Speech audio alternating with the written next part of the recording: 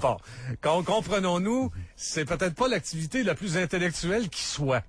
Mais par ailleurs, entre ça, puis en faire toute une histoire comme c'est en train de virer, il y a une marge. On s'est dit que ce serait peut-être drôle d'en jaser avec notre bon vieil ami Doc Mayou. Hey, salut Doc! Stéphane, Jérôme, salutations. Salut. Ta lecture de ça, ouais, c'est ça, vous en pensez quoi, Doc? PETA, lorsque j'ai entendu le mot, est très près de pétasse. Et c'est un problème de pétasse. Alors, c'est sûr que je vais me ramasser avec l'organisme PETA sur le dos, mais je m'en contrefous. Ouais. C'est vraiment un problème de pétasse, là. C'est un problème féminin. Et c'est c'est un autre reflet malheureux de notre société matriarcale. En quoi est-ce que c'est féminin, Doc, de s'écœurer du fait qu'on s'amuse en tuant des animaux? Non, ben, ce sont un groupe d'hommes. J'ai vu les images à la télévision, puis il n'y avait pas de femmes là, c'était des gars. Ce sont des hommes qui coupent la tête des poules puis qui regardent s'épivarder, là. C'est une activité instinctive masculine. Et moi, je suis carrément en faveur des combats de coqs, des combats de chiens, et même, à une occasion, j'ai déjà laissé battre un peu 2 étalons. J'avais 2 étalons, je les ai laissés se battre un peu pour s'épivarder. Et c'était absolument impressionnant et spectaculaire comme spectacle. Puis à un moment donné, puis ils se sont pas fait mal, là, s'il vous plaît, les hommes sensibles, là, revenez-en. Ouais. Allez prendre un respire, mesdames, là, puis une gorgée d'eau. C'est ça. Et à un moment donné, j'ai descendu, puis j'ai lâché 3-4 sacs. Et puis les 2 étalons sont tranquillisés, puis j'en ai rentré un, j'ai rentré l'autre après. Comprenez-vous? Alors, mesdames, c'est comme ça que ça se passe. Les combats de coq, on serait pas obligé de les laisser se tuer. J'ai déjà eu un coq de combat, puis il s'amusait à se battre contre ma botte. Et c'était vraiment drôle. Les enfants étaient morts de rire, il y avait 3 petits gamins, puis il était à la galerie, puis moi, lorsqu'on l'agaçait, mon coq de combat, là, il se mettait à éperonner ma jambe puis ma botte. Et là, les enfants, c'était crampé de rire sur la galerie. Puis là, j'étais obligé de me sauver du coq parce qu'il me courait après, il m'éprenait. C'est mauvais, ces bébêtes-là, là. Quand c'est pas de bonne humeur, là, tasse-toi de là. En tout cas, ça donnait un spectacle aux enfants. C'était vraiment drôle. Mais là, c'est encore plus banal, l'histoire de ce matin. C'est que c'est une mort instantanée, en plus. On leur coupe la tête, puis c'est terminé, là. Alors, c'est une activité masculine, mesdames. Et évidemment, il y a toute une série de pétasses qui vont monter aux barricades. Et la question, jusqu'à quand allons-nous laisser les pétasses runner la société québécoise? L'histoire du Québec est la suivante. Voici ma lecture. Le Québec a toujours été de très longue date, en tout cas depuis l'ère industrielle, depuis le début de l'industrialisation, les femmes ont contrôlé, se sont imposées insidieusement et de façon non officielle à la société, au fonctionnement sociétal. Elles se cachaient derrière les hommes en robe, c'est-à-dire les prêtres, les curés. Alors, le prêtre, le curé, c'était le petit garçon de maman, le castrat de la famille, comprends-tu? Elle avait pris bien soin de le castrer psychologiquement. Il rentrait dans les ordres la plupart du temps, devenait un frère, un curé, un prêtre, et contrôlait les hommes, mais il était subjugué à sa mère, aux femmes. Alors, ces individus-là imposaient de façon tacite le fonctionnement matriarcal à notre société. Fait quand on parle de la société québécoise matriarcale, ça remonte à loin en tabarouette, oui. Doc. Là. C'est pas juste depuis la libération de la femme. Là, non, c'est avec l'industrialisation.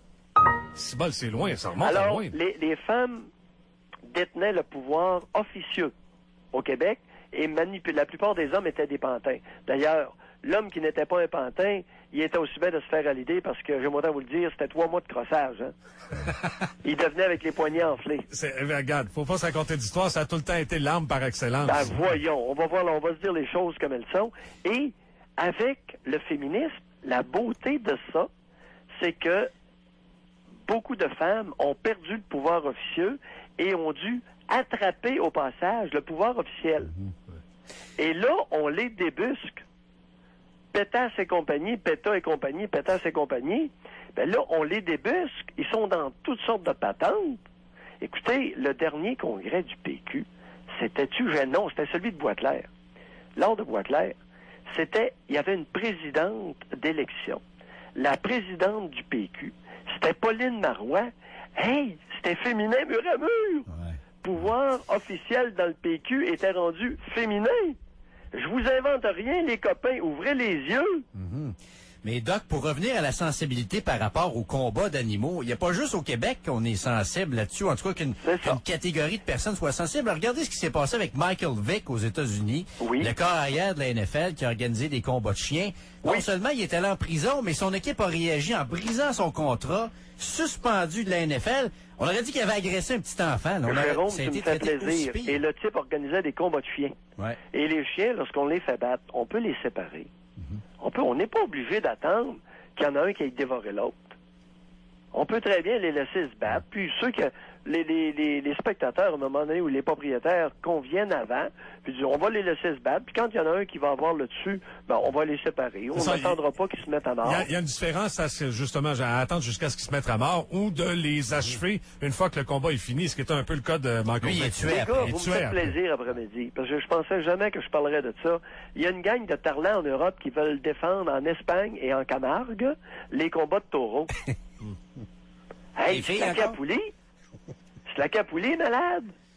Alors, la pétasserie féminine est sans limite. Et on dirait que lorsqu'on les laisse faire, écoute, il faut qu'ils féminisent mur à mur toute activité, sans être respectueuse envers les intérêts, les activités, les loisirs masculins. Ouais. Hey, les pétasses, la capoulie, vous allez, écoutez, messieurs, je vous prédis une affaire. Dans 10 ans d'ici, là, si ça continue comme ça, guerre ouverte entre les sexes au Québec. Puis ça va se donner des claques à la gueule. Je vous le dis. Vous voyez ça, vous, Doc, un conflit entre gars et filles pour ces raisons-là? Montréal-Nord n'est que le début de quelque chose de puissant. Pourquoi donc? L'écrasement du masculin au Québec. Sachez lire Montréal-Nord.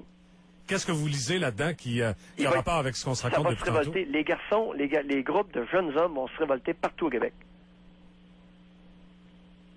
Et ça va avoir rien à voir avec les ethnies. Je vous le dis. Les groupes de jeunes garçons commencent à en avoir plein le cul des pétasseries. Je vous le dis, les gars. Les ceintures de sécurité, les limites de vitesse, les casques en vélo. Hey, là, les pétasseries de bonnes femmes, là, il y a beaucoup d'hommes qui commencent à être saturés. Je vous le dis, les gars. Et votre lecture de l'affaire, Doc, c'est que d'ici à 10 ans, les gars vont s'écœurer et ça va barder. C'est normal. L'école est très féminine. C'est vrai. Ça, c'est vrai. Ouais. On le voit quotidiennement. Allumez quelques-uns, parce que dans 10 ans, là, ça va se donner des claques à la gueule, puis pas à peu près. Ça va être carrément une guerre de sexe, une guerre pour le pouvoir, parce que, écoutez, messieurs, je n'ai jamais, et je trouve odieux le patriarcat des pays du Maghreb. Le patriarcat, qui a déjà existé au Québec, en grande partie dans le milieu rural, était inacceptable. C'était d'une duresse indescriptible. Le matriarcat est pas plus intelligent. Les deux formules, que ce soit le patriarcat ou le matriarcat, ça n'a pas de maudit bon sens. Qu'est-ce qu'on doit viser? C'est quoi l'équilibre entre les deux? Comment on appelle ça? Qu'est-ce qu'on doit viser là-dessus? Là? Jérôme? Oui. Entre les deux. In medio stat virtus. La vertu se retrouve au milieu. Elle se retrouve au niveau des rapports égalitaires et respectueux. Exact. S'il y en a qui veulent couper des têtes de poulet entre hommes pour s'amuser, pourriez-vous leur crisser la paix? Exact. So be it, là, c'est ça. Parce que vous allez devoir, je vous le dis, c'est pas brillant, c'est inacceptable. C'est un manque de respect élémentaire envers le masculin. Alors, mesdames, commencez à vous regarder, à exiger d'être respectées, mais retournez l'ascenseur. Parce que là, ça va se donner des claques. Je vous le dis, ça marchera pas l'affaire. Doc, c'est un bon point que vous apportez là. Retourner l'ascenseur. Comment ça se fait que l'égalité doit se faire uniquement d'un bord? Comment ça se fait que, à chaque fois qu'il est question de rapport égalitaire entre hommes et femmes, faut toujours que ce soit les femmes qui gagnent quelque chose et que les hommes perdent un peu de ce qu'ils ont peut-être. La conception du rapport égalitaire au Québec actuellement, dans la majorité des cas, c'est l'homme qui s'écrase et la femme qui domine. Ouais. Elles appellent ça, pour beaucoup de femmes au Québec, la majorité, vaste majorité, puis la vaste majorité des femmes au Québec n'ont pas un once de jugement, elles voient le rapport égalitaire dans elle domine puis le gars qui s'écrase. L'homme est tapis. Ben voyons, des mitaines puis des tapis, là, au Québec, là, ben voyons, on fabrique de ça. C'est une usine. Mais vous allez connaître, à un moment donné, ça va péter de partout. Et ça va commencer par les jeunes. Les jeunes actuellement il y a beaucoup de jeunes révoltés. Frustrés, révoltés. Il y en a qui implosent, drogue, alcool, trouble érectile. Suicide aussi. Suicide. Ou bien explosion. Comportement à risque, bonne vie, très haute vitesse en automobile, des 180 à 225 km. La moto, les wheelies. Écoute, un wheelie sur une moto sacrément dans la côte qui part du pont La Violette puis qui monte à la 40 là, à Trois-Rivières. Un wheelie sur une moto dans la côte, aux côtés de moi. Ah, regarde, il faut avoir la tête brûlée un petit peu. Là, non. Frustration Faut qui être s'exprime. révolté. Ben, non. C'était pas une tête brûlée. Ben, le gars, il est habile, là. Il était révolté. Il criait. Frustré. Il criait sa frustration refoulée depuis sa petite enfance. Il la hurlait sur la route. Wow. Ça veut dire que c'est les pères actuellement, Doc. C'est-tu qui sont absents? C'est-tu qui font pas leur job de père? Parce que de ce que j'analyse, de ce que vous dites, on dirait que c'est les mères qui élèvent, qui déteignent sur les enfants. Puis moi, je le constate, le système d'éducation est très, très féminin au Québec. Sont où les pères dans tout ça? Parce qu'ils ont un rôle là-dedans. Les pères ils sont dans la drogue, dans l'alcool, aux danseuses. Les pères sont ailleurs parce que les bonnes femmes veulent pas nécessairement les voir autour. C'est la conséquence du matriarcat, c'est désastreux. Ben oui, mais attends, moi je suis là depuis tantôt. Mais est où la solution? Parce qu'à un moment donné, c'est bien beau là, la montée du féminisme puis les gars qui s'écrasent, mais c'est quoi? C'est les gars qui ont juste laissé leur place, Non, t'as pas compris là. Ben là. J'ai dit le matriarcat s'est développé avec l'industrialisation. Le féminisme est venu 40 ans après l'industrialisation, cher. Faut faire attention, là. Là, tu es en train de refléter un problème féminin largement répandu au Québec. Première chose, la plupart du temps, la plupart des femmes n'écoutent pas. Alors, j'ai parlé, j'ai été précis, j'ai été concis, et lorsque quelqu'un parle, on devrait éduquer les petites filles à dire, écoute, ferme ta boîte, puis essaie d'écouter, de comprendre ce qu'il dit, puis après ça, tu parles. Et là, c'est très clair avec ta réplique, cher, que tu n'as pas écouté l'essentiel de mon propos. Le matriarcat s'est développé avec l'industrialisation, pas avec le féminisme. Ben, disons alors, reprends ton point. Non, mais regardez, de toute façon, depuis quelques années, les femmes, on dit que là, les femmes prennent beaucoup, vous nous dites ça, là, les femmes prennent beaucoup de place, mais à quelque part, c'est que les hommes... mais à quelque part, c'est que les hommes ont laissé une place. T'as rien écouté encore une fois. Je me reprends. Ce que j'ai dit, c'est que avec le féminisme, les femmes sont passées de la domination par le pouvoir officieux en prenant le pouvoir officiel. Simplement. Elles ont cessé de se cacher derrière les robes au masculin, derrière les hommes féminisés. En d'autres mots, le pouvoir, elles l'ont depuis plus longtemps qu'on le pense. Oui. C'est juste plus évident maintenant. Et au moins, c'est au grand jour maintenant comparativement à ce que c'était avant. Oui. Bon. Alors, on s'est compris. L'abolition de la religion au Québec a permis simplement de débusquer la domination du pouvoir féminin, qui est passé de officieux à officiel. De derrière la scène à devant la scène. Hey Doc, une dernière question. Non, mais attends un peu, là. Elle voulait emmener un point, mais je veux pas la faire taire, là. OK, allons-y. Tu voulais dire quoi, là? Ben, en fait, non, c'est ça, je me demande. Tout ce que je. Regarde, là, on a mis ça clair, là.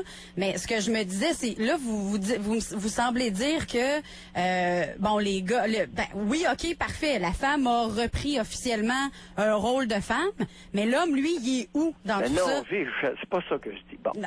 La femme n'a pas repris. Hey, t'as de la misère à comprendre l'après-midi, là? Tu vas vraiment être. T'es très représentative d'un grand nombre de femmes. Qui écoutent pas. Écoute pas. On n'écoute pas nos hommes. Quand je parle, as-tu fait un effort pour comprendre ce que je disais? Moi, je vous écoute depuis tantôt. C'est vrai, Doc, vous rien compris. Tantôt, là. Par ta réaction, t'as pas écouté. Mais Doc, c'est que votre discours, des fois, parfois, pour une femme, c'est vrai qu'il peut être choquant pour une femme. Mettez-vous à la place d'une femme, des fois, qui vous entend. C'est pas une histoire de choquer. C'est une histoire d'écouter. Je me maudis bien qu'elle soit pas d'accord avec moi, mais par les propos qu'elle tient, elle m'indique qu'elle l'a pas écouté du tout. Elle a pas compris ce que j'ai dit. Pourtant, elle est d'une bonne intelligence, celle-là. Ah oui, ça oui, je vous le confirme. C'est pas compliqué, ce que je dis, Calvaire, ça se comprend par du monde. Mais il faut faire un petit effort pour comprendre. Ouais. Et on n'éduque pas les fillettes au Québec à comprendre l'autre. Les femmes au Québec, la plupart, ça placote comme des pies. Elles n'écoutent pas. Alors, on va commencer par là. Le respect de l'autre, ça commence par « je parle, tu m'écoutes, tu parles, je t'écoute ». Puis écouter, ça veut dire faire un petit effort pour comprendre ce que l'autre est en train d'essayer de dire. Ce que j'essaie de dire, c'est que elle m'a sorti 3 phrases qui m'indiquaient clairement qu'elle avait rien compris à mon propos. Ou bien j'ai parlé chinois, ou bien elle n'écoute pas. Je pense pas avoir écouté. T'as pas compris? Je vous écoute. Là, de toute façon, regarde, je pense que ça mène pas à grand-chose où est-ce qu'on est rendu là. Mais moi, mon point, un problème fréquent. Pardon? Tu as illustré un problème extrêmement fréquent entre les hommes et les femmes. Ouais. L'éducation féminine n'invitant pas à comprendre le propos de l'autre. Alors, regarde un souper de filles. Les sacrements sont 6 à parler en même temps. Je vois pas souvent, moi, des soupers de filles. C'est pas pour rien que l'histoire des poules de Thetford vous scandalise. Vous êtes comme ça, dans bien des cas. C'est pas que ça me scandalise. J'ai été élevée en campagne, j'en ai vu une puis un autre, moi, une poule se faire couper la tête puis partir à la course, là, regarde, puis les éplumer puis les manger après, là, regarde. Après, ça me choque absolument pas, là, ça a aucun sens. Après 2 verres de vin, un souper de femmes, les 6 parlent en même temps, il n'y en a pas une qui écoute. Pensez-vous que c'est normal? Regardez-vous agir, baptême. Envoyez-moi promener tant que vous voulez. Regardez-vous agir. Vous agissez souvent comme des poules pas de tête. Là, ça veut dire que les femmes, on est toutes... Moi, c'est ça, on revient aux poules. Ouais. Ça veut dire que les femmes, on a toutes pris notre place, puis que, moi, d'après ce que je comprends de vous, c'est que les hommes ont manqué de je sais pas, se sont écrasés, puis comme on dit, maintenant, à la maison, ben, c'est la femme qui porte les culottes. Si on dit l'homme porte les culottes, mais c'est la femme qui décide de la couleur, tu sais. Moi, je l'ai décrit un peu comme ça, là. Bon. Oui, il y a beaucoup de vrai dans ce que tu viens de dire. C'est une dynamique qui est malheureuse, qui est aliénante et qui est insatisfaisante et pour les femmes qui le font et pour que les hommes qui le subissent. Alors, si le principe de dominant-dominé est épanouissant, je fermerai ma boîte après-midi, mais et le dominant et le dominé est malheureux.